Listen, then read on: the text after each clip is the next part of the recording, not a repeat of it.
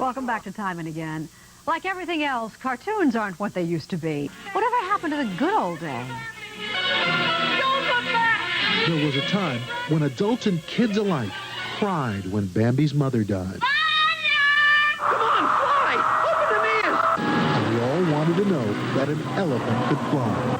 Let's show 'em. That was the power that animated films had back in what was known as the golden age of animation, from the mid-1930s until the late 1950s.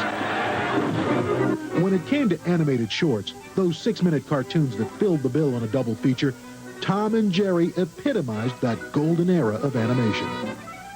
Guys like Tom and Jerry creators William Hanna and Joe Barbera were riding high. Here at the top of our careers, and 7 Oscars for Tom and Jerry, they closed the studio.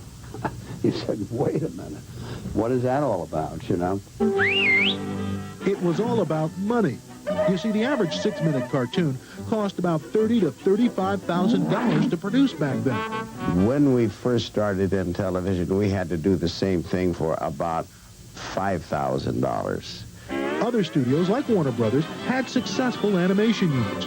The only problem was, while people loved Bugs and Daffy and Pepe Le Pew, theater owners weren't paying enough to make producing the cartoons profitable.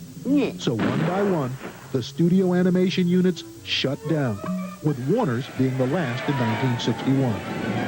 Television generally gets the blame for sounding the death knell for the golden age of animation. Let's run through that again. Okay.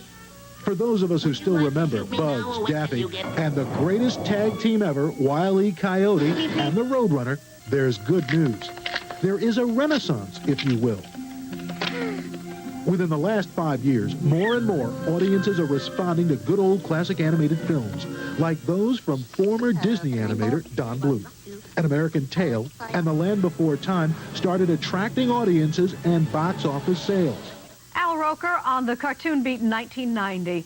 10 years later, computer technology had made animation an entirely different ballgame. The dinosaurs weren't cartoons anymore. They were practically real. When it comes to animation, there's bugs, and then there's bugs. It's in the bag. I'm a sense to win. When we come back, the wascally wabbit himself sharing the screen with Michael Jordan. And the man behind Bugs Bunny and Company, legendary animator Chuck Jones. Said everybody should have a hobby. Mine is doing evil.